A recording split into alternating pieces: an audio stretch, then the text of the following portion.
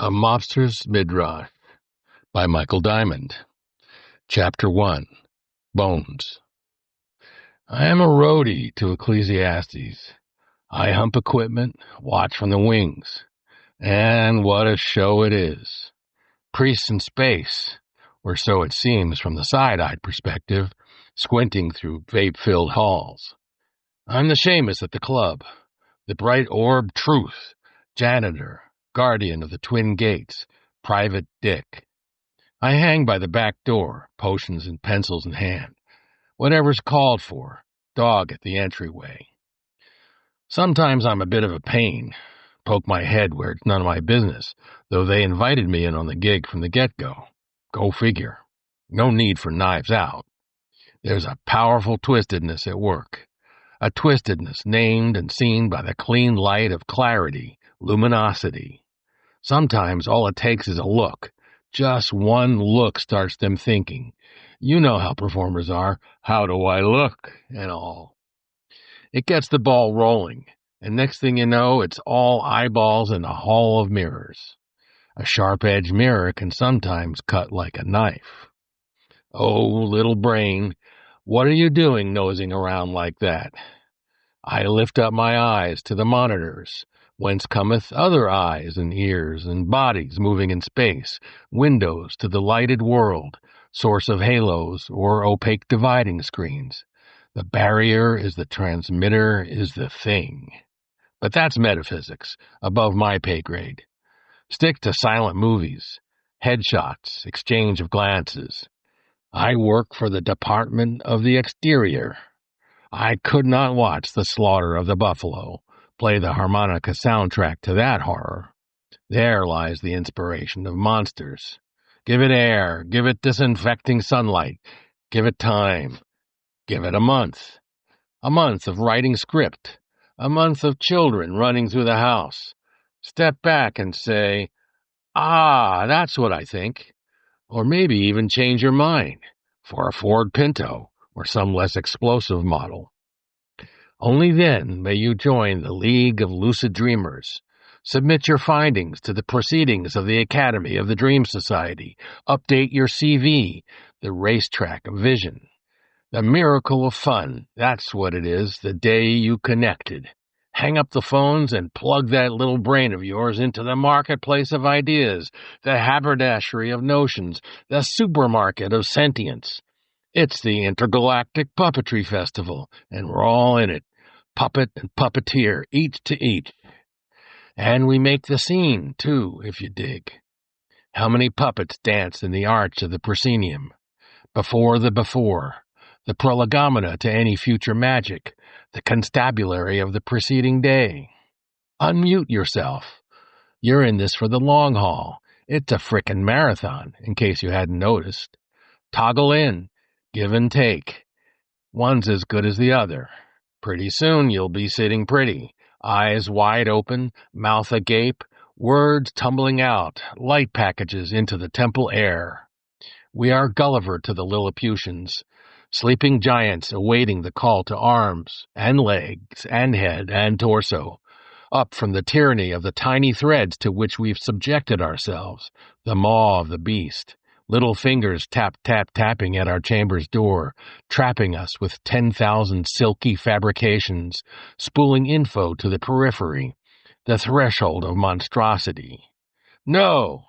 Give me the assembler, the one who calls for the clash of symbols, war of the words, sententious sentencing, monster trucks at the ready. You call that fun? Only if you play nice. Share your toys. Take turns. Yes, fun. And when the assembly is complete, the words all gathered up and resorted, only then can the machine chug its magic lantern show, its mumming dance, its chorus line of divinities. So yes, I call them priests. You might call them referees, purveyors of reference, the ones who carry the news from node to node, so that when the whole network boots up, every cylinder wallowing in lubricant, fired when ready, gridley cakes at hand, echoed and understood, stood we are, under the volcano, taking in the show.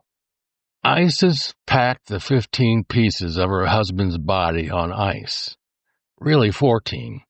The fine features of her small, round face were taut with the grim rite she enacted under the cold light of the moon. After that bastard Seth made quick work of her sweet Osiris with a machete, she dredged Great Peace Meadows all night, alone. She managed to find all but one of the bleeding hunks of flesh the evil fuck had unceremoniously tossed in the bog by the Passaic. So, being handy with the precious metals, she fashioned the missing part from solid gold. Not too shabby, a pretty good likeness, and you can guess which part it was. But then she needed to figure out what to do with her Frankenstein. If Seth got wind of her ingenuity, he'd be all over them like a wake of vultures. It was up to her to conceal the body as best she could. There's a reason they call this art a cult. Hard to believe they all had the same damn father, for Christ's sake. She and Ossie had gone over the reanimation sequence hundreds of times. The inside info that Ossie humps to what's left of the underworld is what keeps him and Sis in business forever. She would pull a switcheroo. It was a rum time for the Syndicate. Thieves, the nightclub that fronts their North Jersey headquarters on the bank of the Passaic, had been overrun by one plague of backstabbing vermin after another. In the end, it was the IRS G-men who descended like a horde of locusts, bled their bank accounts dry. The lights went out, for real. Somebody didn't pay the electric. Then the killings began. Heads of families in every organization bumped off bit of bang, bit of boom, down to the lowest level flunkies, sometimes even pets. Somebody was gonna pay. Time to get the hell out of Dodge.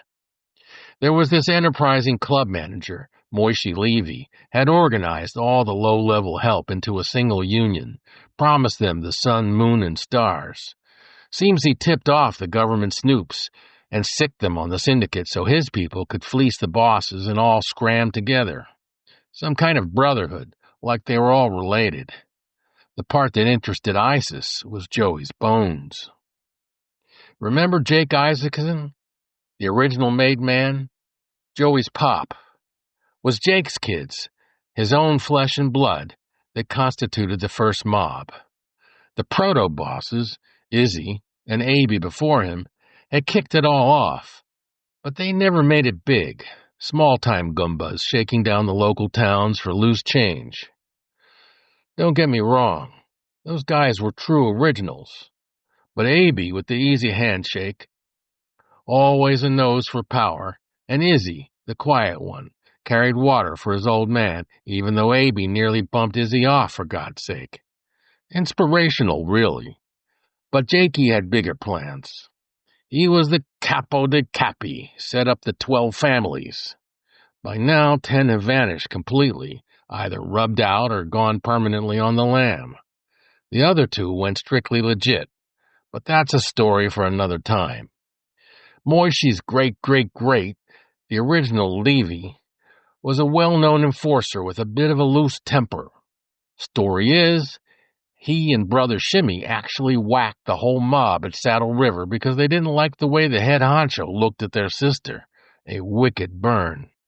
Jakey was none too pleased with those 2, seeing as they made life a little too hot for the whole organization with the surrounding mobs.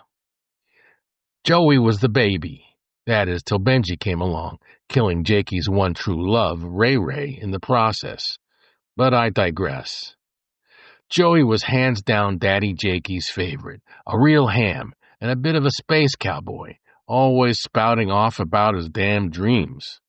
When he was still a pipsqueak, Jakey gave the boy a handmade seersucker suit, a mess of different color stripes, and a straw boater to go with it. Talk about drawing a target on a fellow's back. So the brothers figured he was a perfect candidate to muscle in on the operation at Thieves. Still early days on the riverfront, but a lot of promise. And things looked to be drying up everywhere. Joey wasn't really given a choice, to be quite frank. His brothers bought him a one-way ticket by way of Saddle River, of all the gin joints, and packed him off with one of the rival gangs, Smalley's boys. Not so much as a see you later, don't let the door hit you on the way out. Honestly, they figured he was a goner, and were none too exercised about that. But you know Joey always comes up smelling like a rose. Yeah, he had a few detours along the way, a bit of time in the slammer, some questionable love triangles, but he always had a vision. Even in the hoosgow, he makes like a fortune teller with these two cons, which one's going to get the axe and which one's a free bird. Always with the dreams. Damned if he wasn't dead on. You have to give him that.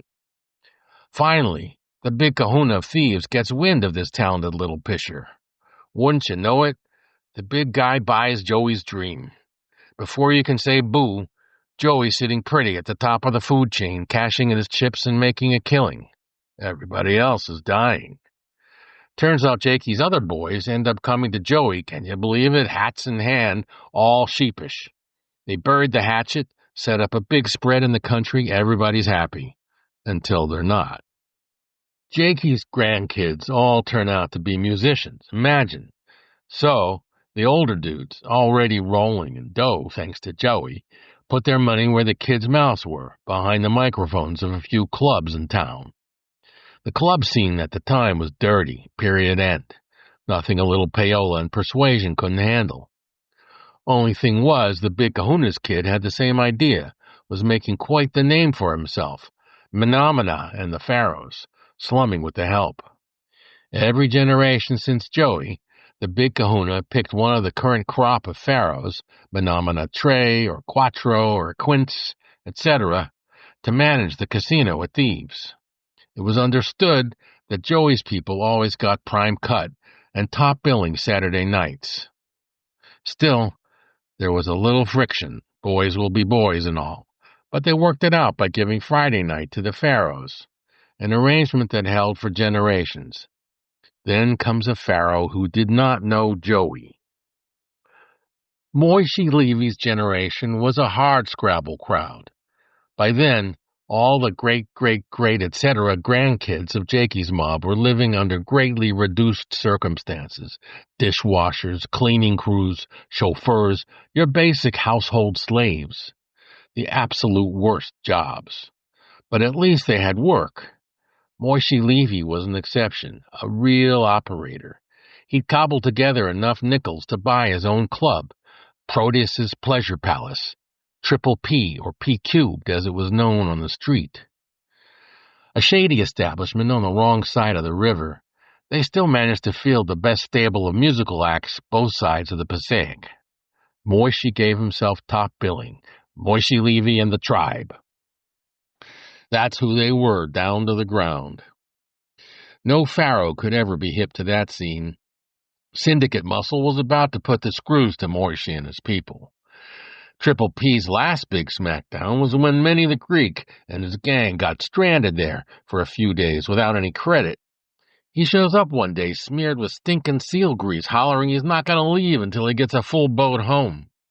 That stopped the Phantasmagoria dead for a minute.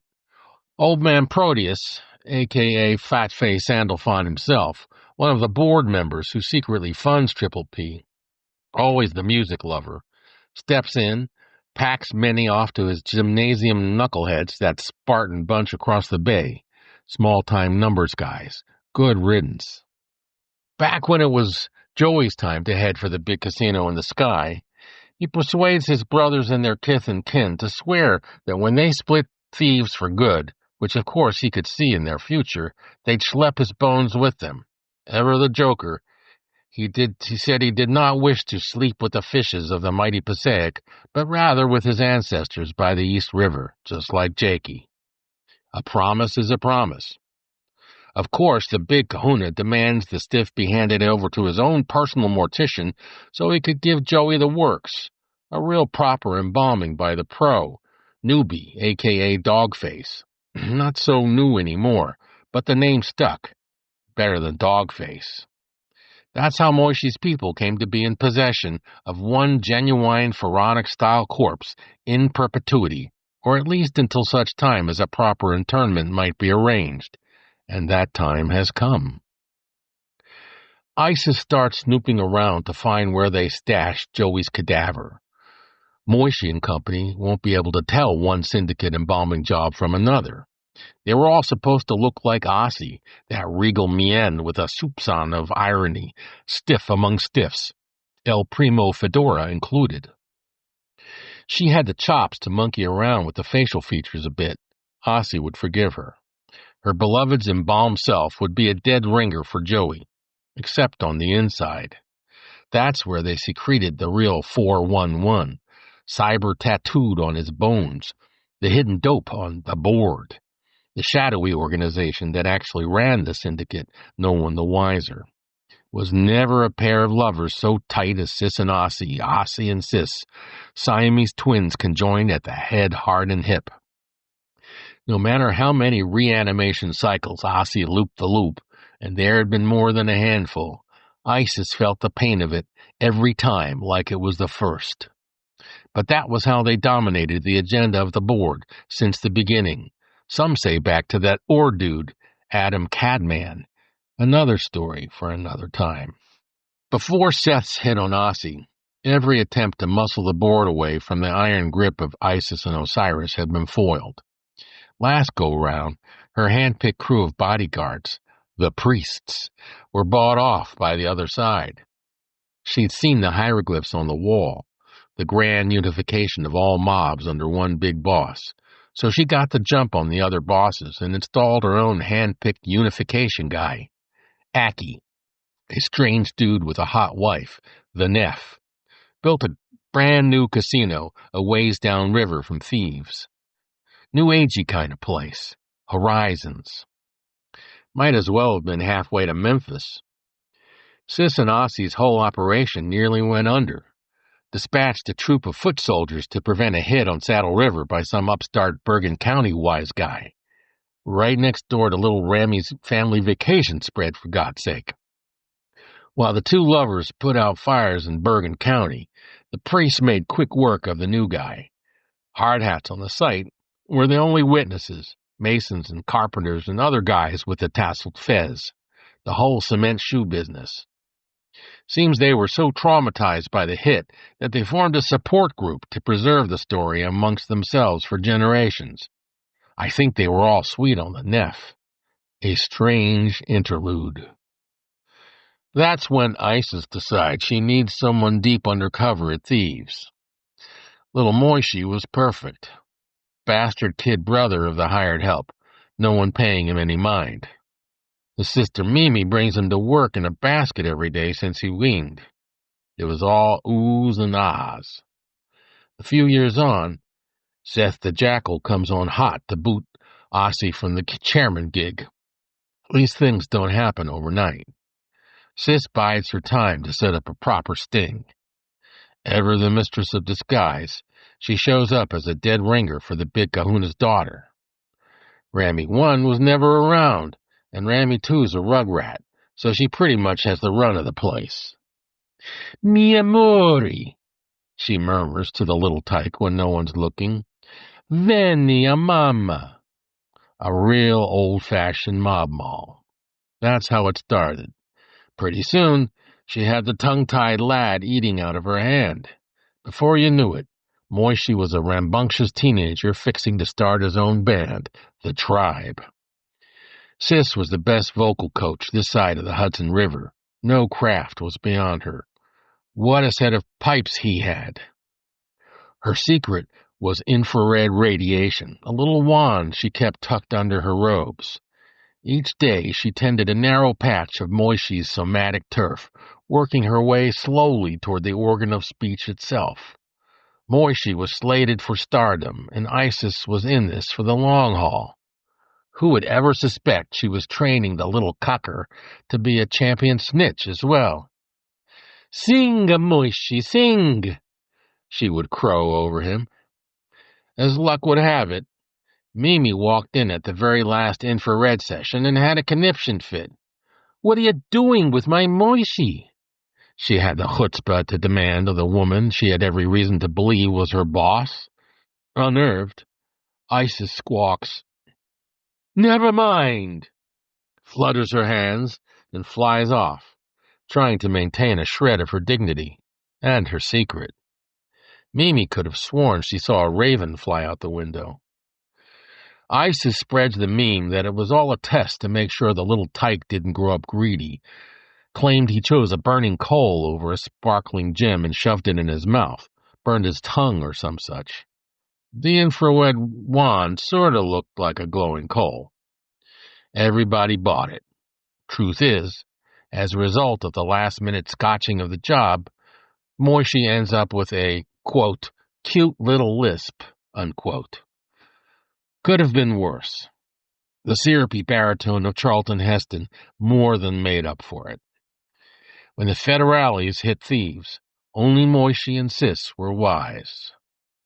The ultimate shit begins to fly in the general direction of the fan when the second avatar, Rammie Deuce, announces he intends to play the palace.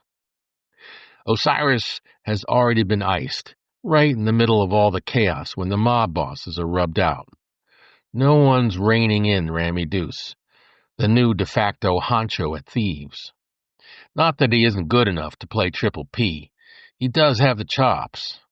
I remember once dropping off a delivery at the service entrance to Thieves, payola from Moishie to keep Triple P open. That's when I caught the Pharaohs practicing for their weekly gig, unobstructed view from backstage. Not bad at all, I had to admit. But those Syndicate types rarely grace the squalid little stage of P-cubed. It just isn't their gig to play a downriver joint. On the flip side, none of Joey's people had seen the inside of Thieves for generations, except, of course, as hired help. That's how it went down. A new bunch of Pharaohs, and who the hell are you? So, when Moishie comes along, there's a lot of pent-up demand. Pretty soon, it's pretty clear where all the talent lies. Sure, the occasional Syndicate refugee might join the jam if he earned an invitation.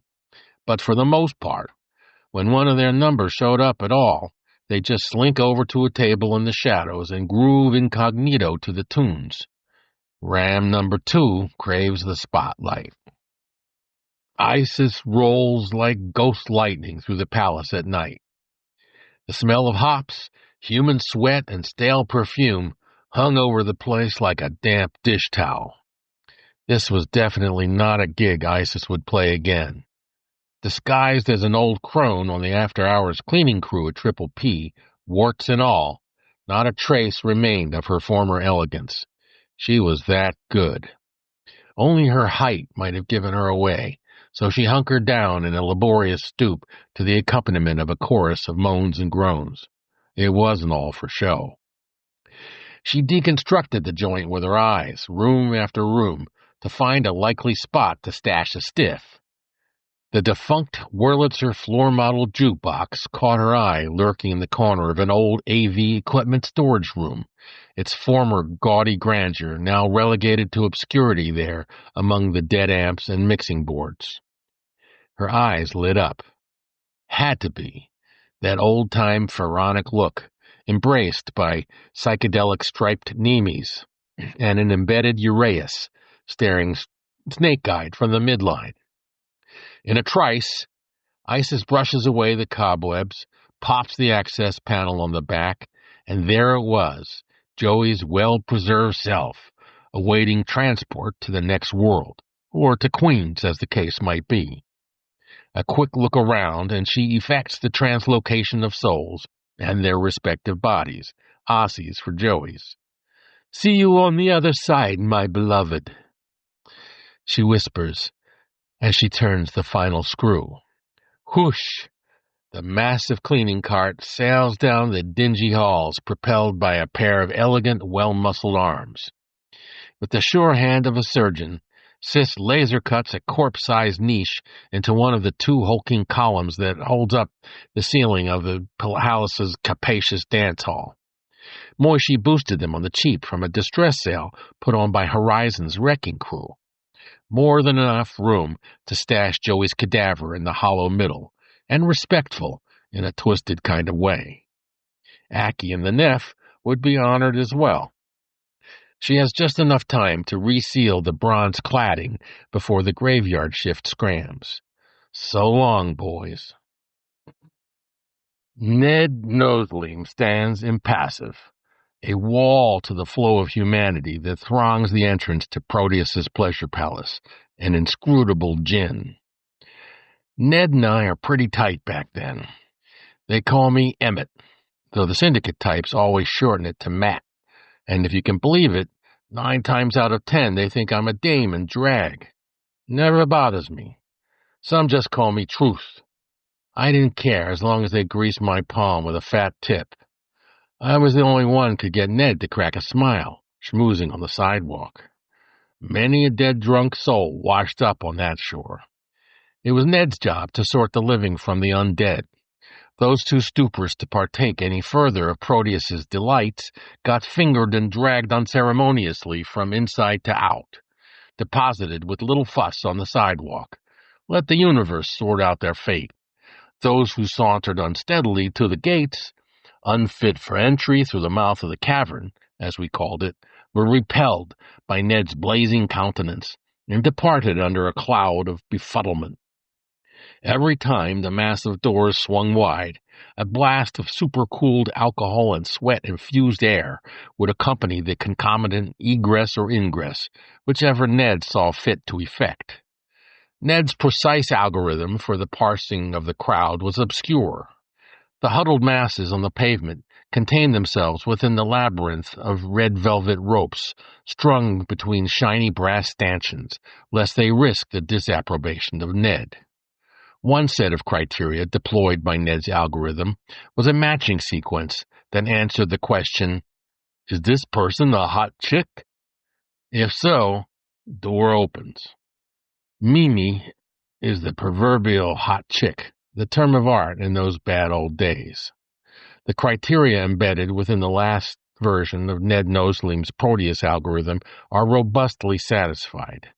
The tight black ringlets of Mimi's fro extend for miles beyond the surface of her skull, and red bangles hung from her ears. Her face is an angel's, a saucy angel with coffee-colored skin and a luscious ruby pout. The tightly muscled body of a gymnast is barely concealed beneath her striped leggings and teal-colored leotard. As she bounces past the wall, she blows him a kiss and mouths, "I love you, Neddy." The wall does not respond. But the portal to Triple P opens at her touch. She is a rock star. All she needs is a tambourine. The house band, her baby brother's boys, have one waiting for her. The denizens of the red velvet rope cordon grow a bit more restive. They are queued up for the battle of the bands, Moishie Levy and the tribe versus Rammie Deuce and the Pharaohs. Odds are on the Pharaohs, and the Syndicate bookmakers are having a field day. Nobody would ever forget the moment Rammie Deuce shows up at the door of Proteus's pleasure palace, 1 week after the massacre at Thebes, packing heat with a couple of Syndicate goons in tow. A scowl and shades, Stetson pulled low. Rammie's .38 pokes out from the inside pocket of his trench coat. The 2 impassive, pointy-bearded goons dangled Thompsons at their sides, axes strapped over the backs of their floor-length dusters. Behind the red velvet rope, the crowd takes a few steps backward. Menace, the picture thereof. Only the picture. Bloodless pharaohs. All muscle, no craft. Why they were schmeiced by the federales. Moishie is no fool. He tipped off Neddy and me that this was the likely scenario, and told us to make like we were pleased to see them and welcome the numbskulls into the joint. Give them chits for free hooch. Why not? So Ned, toothpick firmly in place, manages a big creepy grin as he motions the strangers through the mouth of the cavern, the portal to Triple P. The unholy trinity hovers inside the doorway, shoulders flexed and faces grimaced like they had some kind of neurologic disorder, squinting in the gloom as the massive doors swing shut behind them with an ominous groan. A millisecond of silence overtakes the room. Then the former pandemonium resumes. Rammie Deuce, unsure of his next move, looks around for a familiar face. The spotlight hits Moishie. "Hey, brothers and sisters! The opposition has arrived." Moishie's dreadlocked head swivels with the spotlight that follows his outstretched hand to alight on Rammie and company. Rammie's face lights up with a queer smile as he doffs his chapeau, always a ham for the spot, in spite of having a serious case of the heebie-jeebies. Back to Moishie. "Let's give them a warm P-cubed welcome. A long way from home, the thugs from Thieves. I give you Rammie Deuce and the Pharaohs." The crowd bursts into a rhythmic chant. "Oi, oi, oi, oi, oi, oi, oi, oi, oi, oi, oi, oi, oi, oi, oi, oi." The spotlight fans out, illuminates a path to the stage, and the crowd parts just enough for the troika to elbow its way through. The place is packed to the gills, not enough space to blow your nose. Rammie barely has the requisite number of neurons firing to recall the deal. Winner takes all, 100% of the door. After the crash and burn at Thieves, he could already warm to his presumed winnings. Moishie extends a welcoming hand as his opponents climb onto the tiny stage. Then he jumps and vanishes into the crowd. Two enormous bronze-clad pillars flank the stage at Triple P. They have personalities of their own, actual names, according to the hard hats and horizons from whence they were filched. Jockin and Boaz. Go figure. At an unseen signal from Moishie, Jockin lights up like a towering inferno, and Boaz morphs into billowing clouds of smoke. Very impressive. Momentarily startled, Rammie is not to be deterred. He counts 1, 2, 1, 2, 3, launch. It's their big hit, designed to stun the so-called tourists from the get-go. Blue Pharaoh, what's happening now? They were good. To tell the truth, they rocked. Decent choreography, those Pharaohs. The big goons are surprisingly light on their feet, swiveling their guitars in sync. When they get to the chorus, the audience can't help themselves, compelled to shout it out. What? What? What? What? What? What? Not exactly profound, but catchy nonetheless, rhythmic. I admit to indulging in a bit of head bobbing. But the fact is, they were nothing compared to the real deal, and that was coming up next. As the head bobbing and toe tapping die down, Moishie leaps back on stage. "Let's hear it for our guests, Rammie Deuce and the Pharaohs." Serious applause, but nothing to bring down the house. "You boys are real good, real good." He nods with eyes closed. "We appreciate you." Rammie and the goons grin broadly, failing to read the room, figure they've got it in the bag. Just wait. "Now it's time for you guys to join the mosh pit, and let us show you the P-cubed way. Thanks, fellas." Reluctantly, Rammie and the Beards make their way into the crowd, looking smaller with every step. "Everybody good?" Moishie queries the multitude. A roaring cacophony calls back. "'Cause if you're not good, then we're not good. Let me hear you again." The large beast lets out its feral call and shakes the building to its foundation. "That's what I'm talking about, my people." Heads nod. A grin spreads from face to face across the entire floor as spotlights dance at random over the mosh pit. Gotta hand it to Moishie, tongue-tied or not. He knows how to work a crowd. And this is his very own crowd, his people. From my vantage point, positioned as I was at the rear exit, what we call master of mystery, due to the occult nature of whatever the heck might be outside at any given time, the northern wall of Triple P facing a truly dicey neighborhood, it was my job to keep an eye out if things started heading south. I had my eye on the monitors and my ear to the ground. So far, so good. Nettie was just inside the mouth, doors locked, curly wire behind his ear that spoke to mine. We were taking no chances. Mimi! Moishie hollers over the crowd. My big sister! He mugs with air quotes as she joins him, a full head shorter, but with a gravitational pull worthy of any heavenly body. The tambourine shakes and bangs her hip, snap, crackle, pop. Lights come up on the brass section, Brother A and Moishie's two boys, as they coax a slow, sweet sound from their horns. Moishie motions them to slow their roll to a gradual susanudo, over which he begins to croon, If I ever...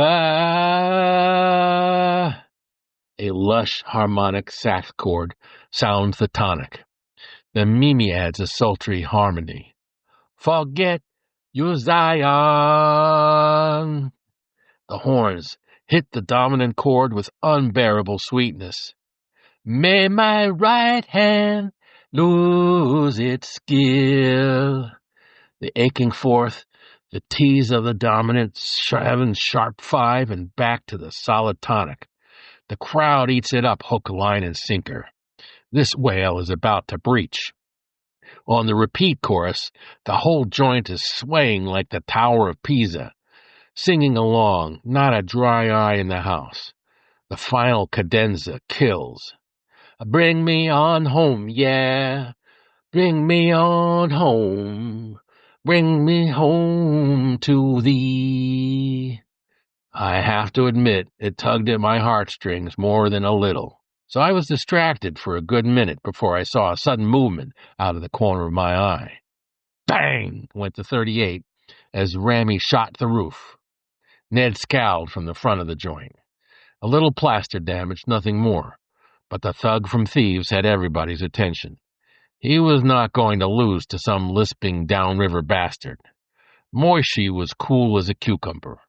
With an outstretched arm, he signals the crowd to part, clearing a direct path between Rammie and Moishie. In the rearview mirror, it also opens a channel to the back door, in which direction Mimi, Brother A, and the horn section skedaddle pronto. The two goons raise their Thompsons and make like they're gonna let loose a hail of bullets. Classic gangster. The crowd has its eyes glued to Moishie. With yet another outstretched arm, palms facing each other, Moishie, eyes closed, signals the crowd to do what it knows best. A millisecond of unease crosses Rammie Deuce's face, but before the Pharaohs knows what's happening, the moish pit slams them from both sides like two giant tidal waves, smothering the interlopers under a heaving mass of sweat-soaked bodies. The miracle is that no one was hurt. That is, no one except the Pharaohs. They dropped like stones, face-planted on the floor where the air supply was a tad thin, never to sing another sour note. By prearranged signal, the tribe and all the tribe heads, including several hundred that had crowded the alleys were waiting for the band to exit stage north, lugged their chattel in a vast vehicular armada of old Chevy Impalas and Cadillacs and Dodge Darts, the 4 Mustangs of the apocalypse, and a goodly number of VW microbuses, all headed into the hinterlands of North Jersey. In the back of a VW microbus, swaddled in oriental carpets and velvet draperies, lay the old Wurlitzer, bearing Ossie's bones homeward, wherever that might be for Joey, the previous occupant of that space. Isis hitches a ride with Moishie and company in the guise of the Big Kahuna's chastened widow, a newly won follower to the ways of the tribe. Whither Ossie goest, so goest Sis. Bringing up the rear are a couple of monster flatbed semis at a discreet distance from the mixed multitude thundering toward Great Peace Meadows, the field of reeds, the place where the Syndicate's bodies are occasionally resurrected, or at least retrieved. Both trucks are marked, quote, Beyond the Machine, and in smaller print, quote, Nocky's Moving and Renovation, and beneath that, Unlimited. Nocky himself, a.k.a. Notch, Enoch, the Ancient of Days, and of course his nom de guerre, Metatron, rides ahead of them in a blacked-out Lincoln town car, and ahead of him 2 Cadillac Escalades, windows shaded to fend off the overly curious, so as they might not see the hideous features of Naki's bodyguards. Even I, loyal foot soldier that I've been lo these many years, have never seen their faces. I thank my lucky stars for that, as I live and breathe. You see, Notch runs this moving company and all the associated enterprises. He's hands down the quiet power behind the Syndicate's board, though he never saw any need to seek the chairmanship. Who needs to be chairman when you are the chair, the friggin' seat of power, if you catch my drift? Remember the guys in the funny hats who assembled and disassembled Horizons? Well, they worked directly for him. Those two pillars at Triple P are all wrapped up and tied with a bow, each on its own flatbed to avoid any tricky stuff. And yes, he knows about Joey's bones. Eyes everywhere. There's only one power greater than Notch. There's a hint in that last word on the side of the trucks. Unlimited. Everywhere you see that moniker, it's her. That's how she's known. This old lady, a Russian mob moll, some say, been around longer than Enoch the Ancient and Fat-Faced Sandalphon put together, holds the paper on every bit of turf this side of the Atlantic and beyond. Ayin Soph, one of her aliases, but no one calls her that to her face. No one sees her face and lives, simple matter of fact. Probably not her real name. They say Adam Cadman was her original made man, but like I said before, that's another story. The rooms are empty now. The creator spaces, as they are dubbed nowadays, lie bare of creators, save one of the divinities who shows me her back. The parade of mercies that I may watch from the relative safety of the niche into which she's placed me. Who is she? I must know her. She wears the nimis so casually, 100 eyeballs draped on either side, much livelier than the usual cascade of black stripes. So beautiful. Truth's monitors, that faithful servant, reveal light glinting behind dark blinds, or diffusing in from distant windows, or blocked altogether from view. The only image, the rune of station identification. I know my station. A bearded old man casting about, a stranger in a strange confined space. How did I get here? I remember a crone's face staring at me through psychedelic glass. She was passing through, as am I, searching for what's hidden, the rituals enacted for the sake of the dead, the infection, the missing gland, not fatal, but something will take you. In the fullness of years, they subjected me to the embalmer's art. Oh, the unfortunate persistence of that form of anesthesia. But it's wearing off now. I would trade this museum lobby for a medical waiting room, though I'm not so sure of the cures to be had there. I need to get my bones out of this place. My kids, and their kids, and kids' kids for God knows how many generations, they promised. There will be an accounting, that's for sure. A visitation, that's more my style. A dream visitation, though many would fear punishment. It makes no sense, sitting alone in this room. Where is the cabaret? I am a work in egress, an adept in Sefer Yetzirah, the book of exit. Bring me the men in funny hats, the haberdashers of priests. Give me the gear and the go-ahead. Pending, the sign tells me. So much depends upon the lip of a volcano. I have maps now, or maybe shadows of maps I can't make out. No, I can see it clearly now, the map of my ancestors and of my descendants. My brothers, now I remember, they sent me the wrong way, the only way, the way of regression. Sigh. But that was centuries ago, sailing to Serendip. I was a visionary, the whole country my canvas. But now, I am afraid it will be half a millennium before I am rediscovered. I am a missile to the future, hidden in a silo not of my own making. I have a shot at the endgame, the rise and fall of mansions, plow houses without end. I see my tribe on their wilderness walkabout, cloud chasers and pyromancers. I swear I will be there, the palace at the end of the mind. When they're done wandering, tired of squabbling, when they're finally ready to set up house, I'm their man. I have the blueprints in my head. I am the forerunner, the map reader, the seer and the sayer, the builder. I will be there when the time has come.